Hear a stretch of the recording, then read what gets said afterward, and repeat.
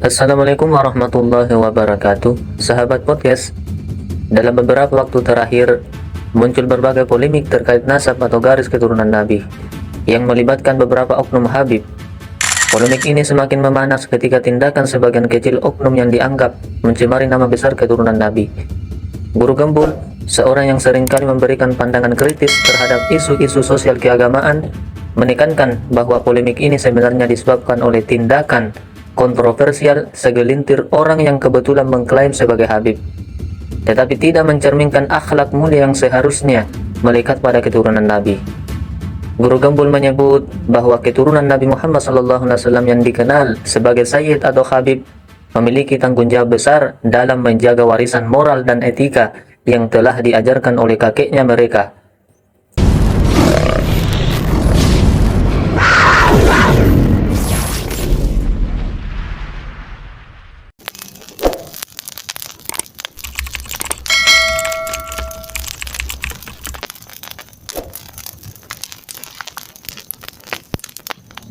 Masalah nasab itu karena sejak awal memang sudah dijelaskan bahwa ini secara tradisional turun-temurun ada catatannya, maka studi-studi akademik itu memang tidak masuk ke situ.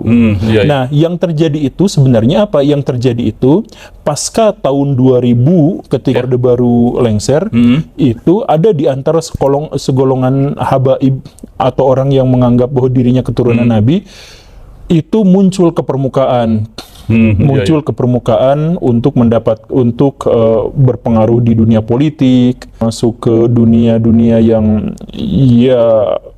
pesantren dan lain sebagainya. Itu masuk lebih dalam lagi, melakukan penetrasi. Nah, ini sebenarnya memunculkan juga ketidaksukaan dari sekelompok, dalam tanda kutip, orang-orang yang memiliki otoritas keagamaan tanpa label habaib. Ini sebenarnya terjadi gesekan dari lama, itu gesekannya itu cukup keras. Jadi salah satu yang kemudian saya soroti itu adalah representasi perkelahian antara Banser dengan FPI. Itu kan Banser itu mewakili NU, FPI juga kan sebenarnya dibesarkan dari lingkungan NU. Kultur sama-sama NU. Tapi kenapa bisa bergesekan? Karena yang satu habaib dan yang satu lagi itu adalah non habaib. Dan ini tuh besar di kalangan bawah, di kalangan pesantren-pesantren ini perseteruannya cukup besar. Cukup ini ya, kental ya. Cukup kental. Iya. Bahkan misalkan di NU itu sempat ada dari kelompok habaib dengan di puncak strata tertinggi NU itu sempat ada friksi. Nah, ini tidak disorot oleh banyak pihak. Jadi yang disorot itu adalah dari golongan habaib itu mulai muncul banyak sekali orang-orang yang menyuarakan sesuatu yang mengganggu gugat otoritas dari kiai-kiai kampung dalam tanda kutip gitu kan. Bahwa saya Habib derajatnya lebih tinggi, bahwa saya Habib lebih mulia, bahwa bagaimanapun buruknya saya, maka saya tetap yang memberi syafaat kepada kalian semua. Jadi surga dan neraka itu sangat bergantung pada apakah saya meridhoinya atau tidak. Ada di kalangan para habaib itu yang sampai mengatakan seperti itu. Ada di kalangan para habaib itu yang sampai mengatakan bahwa bahkan ketika ada orang yang ahli maksiat, ketika dia tidak taat kepada norma-norma dan formulasi agama, dia tetap bisa masuk surga dengan jalur VVIP kalau mencintai golongan kami dan lain sebagainya. Nah, ini di kalangan, kalau misalkan kita melihat Islam secara keseluruhan, yang Muhammadiyah antang-antang aja, saya bodoh amat, gak peduli sama yang kayak gitu. Saya kalaupun percaya pada habaib, saya tidak percaya pada keunggulan mereka secara signifikan dibandingkan dengan manusia yang lain. Begitupun dengan Al-Irsyad Persis, orang-orang yang kita sebut sebagai Wahabi dan sebagainya. Tidak mereka percaya, mereka adanya Habib. Mereka tidak terlalu peduli dengan itu, karena fokus kami adalah kami akan memuliakan orang yang memang mulia dengan karakteristik atau standar syariah yang mereka pahami. Akhlaknya baik, penegakan hukum yang baik, komitmen terhadap ajaran agama Islam, itu saja yang mereka ukur. Nah, ini habaib bawa standar atau karakteristik baru atau kriteria baru bahwa mulia itu kalau keturunan Nabi. Nah, ada secara zati ya, zati bahwa itu ada kemuliaan itu turun temurun. Betul. Itu yang diglorifikasi ya menurut betul glorifikasi. Bahkan sampai ada dibentrokan, misalkan ada beberapa dari habaib yang sampai mengatakan bahwa keunggulan dari para kiai adalah kalau kiai itu misalkan melakukan maksiat, kiainya luntur. Kalau dia melakukan dosa, kekiaiannya luntur. Tapi kalau kami Habib mau melakukan apapun, darah secara genetiknya sudah nyambung bersama kami. Jadi kami tidak bisa jadi kalau kiai bisa jadi mantan kiai, Habib nggak bisa jadi mantan Habib. Tetap aja Habib ya. Tetap aja. Jadi kemuliaan mereka itu menjadi seperti itu. Ya. Nah, ini diperparah kemudian segelompok orang-orang NU itu diperparah dengan di luar NU, masyarakat awam yang seperti kita gitu ya, yang makan di warteg yang kayak gimana itu kemudian kesal juga dengan klaim-klaim otoritas dari habaib itu. Nah, makanya ketika muncul Kiai Imad, dan harus digarisbawahi bahwa Kiai Imad bikin tesis pun sebenarnya adalah reaksi atas kecongkakan dari orang-orang habaib itu kan. Reaksi sosial dari analisa-analisa sosial dan fakta-fakta lapangan itu. Betul. Jadi itu sebenarnya Kiai Imad itu reaksi. Seandainya nih kalangan habaib itu tidak menuntut privilege, tidak menuntut bahwa mereka itu harus dimuliakan sedemikian rupa, maka Kiai Imad saya yakin tidak akan menulis tesisnya itu. Saya setuju ya, Kiai Imad masih jadi muhibin ya. Iya, mungkin aja masih jadi muhibin. Yang membuat beliau itu protes itu kan adalah karena hal-hal buruk yang dibuat oleh para habaib itu. Makanya saya kemarin ngasih saran, bukan permusuhan, ngasih saran kepada para habaib, kalau mau polemik ini selesai dan para habaib itu dalam tanda kutip lah kembali mendapatkan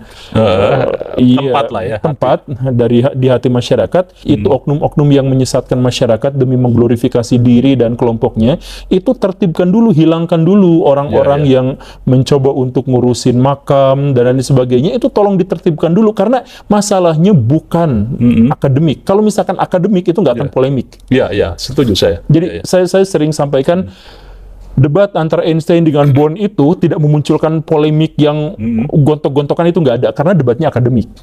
Ini pun nasab itu kan mereka dengan Gus Rumailnya justru malah cari manuskrip sebanyak-banyaknya.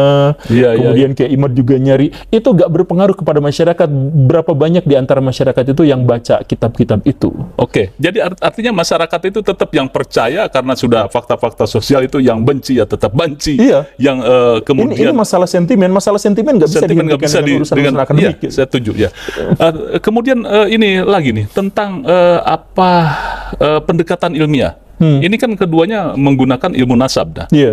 Pak Guru kan mendekonstruksi kalau tidak salah. Betul. Nah, itu seharusnya seperti apa nih Pak Guru? Sebenarnya dekonstruksi itu justru ada di tangan Kiai Imad.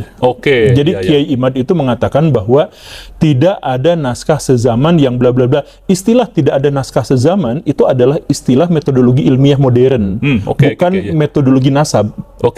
Dalam metodologi nasab mereka sendiri mengklaim, mengakui dan menegaskan, bahkan membanggakan bahwa emangnya ada dalam ilmu nasab syarat naskah sezaman. Mereka kan justru malah mempertanyakan itu. Bahkan dengan bangga mengatakan, gak usah kayak gitu selama dia dipercaya dan seterusnya dan seterusnya. Surah wal istifado ya. Betul.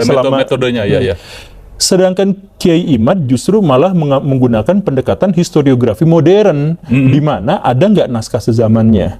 Nah, saya ingin mengembangkan dari apa yang telah diidekan oleh Kiai Imad, bahwa coba bisa nggak silsilah nasab itu kita uji secara saintifik. Jadi secara saintifik itu artinya juga melibatkan tes DNA yang Bapak kemarin sudah lakukan. Kemudian juga menggunakan historiografi tradisional, historiografi modern. Jadi bukan hanya pengakuan subjektif bahwa kalau ada orang yang mengaku tentang keturunan Nabi dan dia diakui sebagai orang yang soleh, kemudian dikonfirmasi oleh orang yang soleh yang lainnya, maka dia dicantumkan. Ya gak seperti itu.